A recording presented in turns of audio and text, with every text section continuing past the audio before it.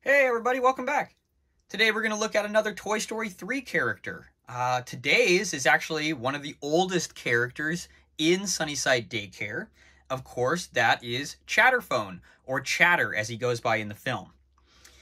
Chatter is not only one of the oldest toys in Sunnyside, but is also one of the most knowledgeable. He knows the ins and outs and knows the history of what's gone down. And you know, at the beginning, when Woody and Buzz and all the other Andy's toys enter the daycare, you know, of course, they think that it's a great place. They're finally going to get played with. They're not going to be up in the attic in a trash bag while Andy goes off to college. And, of course, Lotso is putting on his portrayal of this is just a paradise for toys. You know, Chatter tries to actually warn Woody and get his attention, but of course, his little warning is kind of taken as a shy way of saying hello by Woody. But after the toys are captured and the truth of this toy prison becomes apparent, in the caterpillar room, Chatter explains to Woody how he can escape and proceed with saving everybody. With this scene, absolutely one of my favorites of Toy Story 3, you have this Chatterphone whose voice is very film noir. It's kind of got like a 1930s, 1940s voicing way of talking. He's just really a great character. He's very confident in explaining exactly what's going on, what Woody needs to do. And of course, his famous line is, "They'll never break me." Now, as you know, Lotso and his guards and enforcers, you know, torture Chatter, and essentially they do break him physically and mentally until he does break down and explain, you know, what Woody's doing and all the information that he was given. I think Chatter is one of the coolest characters from Toy Story 3. Not only his appearance, which I think is just awesome. We'll take a look at that in just a second. But the character itself with this Chatterphone that, you know, really he can't speak without the phone being picked up. So, of course, you know, Woody in the scene, you know, picks up the phone, and out of the phone is basically his voice, his speaking voice. Just a really cool concept. And, you know, this is a classic, I believe, 1950s toy. Now, 1950s is, of course, why he's considered one of the oldest toys in Sunnyside in real life. But what's also interesting is how they still sell this toy in two different versions. So what I picked up the actual official 2003 version. Now, this is still Fisher Price, and it's still got the classic vintage stickers on the side. You know, it's still got the same face and everything. Really, the only difference is this has voices from the movie. And so what you do is you actually spin it like a real telephone.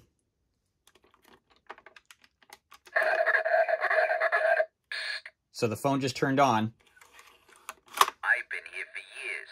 They'll never break me. Woody's back. He's gonna help us get out of Sunnyside. We're busting out of Sunnyside tonight. So what's really cool is, as you can see, there's different numbers on each of the characters, and the mechanism's really cool because when you spin it on that specific number on that specific character, it plays that person's voice. It's really a cool mechanism that they're able to do that, because it does have a very phone-like quality, and it feels like a phone with that spring and everything. Don't worry. I'll help find a way out. It's just really an awesome piece. Of course, just like the original, when you roll him back and forth, he's got kind of a rolling sound, but his eyes move up and down. See, he's trying to get your attention. Just a really cool toy. I think this face is just, it has so much personality. And on the shelf, keep in mind, not only does this add just an element of that, you know, the smile and everything, it just adds a really happy vibe to the Toy Story shelf.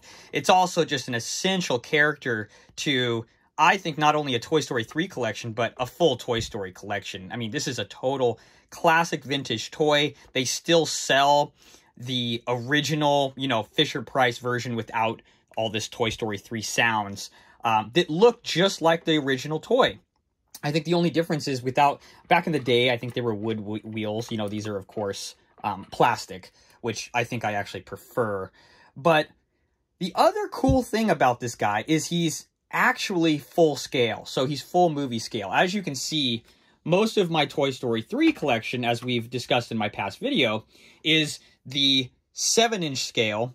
And my Lotso is actually very small. He's actually on some alphabet blocks. But again, he's the flocked version, so I really like him. But you can see that this is actually in scale with, like, the movie size Woody that I have. The film accurate Woody. Or even the Chunk. You can see that they go perfectly together as they are the full-size 12-inch, 14-inch scale. So, one of my absolute favorite characters of the Toy Story franchise, one of the, I think, the best characters in Toy Story 3, especially with the knowledge and being kind of the ancient story giver and information giver to Woody on how to proceed through this prison of Sunnyside. I believe that these Toy Story 3 specific versions are still available on eBay. They're kind of disappearing. As I said, you can get the original vintage looking style. They're like $10 on Amazon all day long. But to find the one with the Toy Story 3 voices, it's getting a little bit harder to find. eBay, you know, around 20 to, you know, 40 bucks on the high side. Highly recommend if you can find one. Just an awesome piece. And, you know, mine actually has a little bit of damage on the nose. You can see that.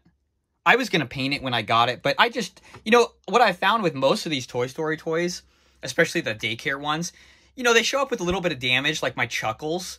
I don't want to really fix it. I think it actually adds so much character to the toy on the shelf. It doesn't look like it's been abused or too played with, but it just adds a little bit of, you know, age. These toys are not young, and in the movies, you know, some of these characters are some of the oldest. So I really think it adds an element that is really great for a Toy Story collection. Tomorrow, we're going to take a look at a few more Toy Story 3 toys. Actually, I don't want to give it away, but we're going to switch gears from Sunnyside and take a look at some of Bonnie's toys that I think are totally essential to a Toy Story 3 collection. But for now, we're going to hang out with Chatter and listen to what he has to say, and we'll see you tomorrow.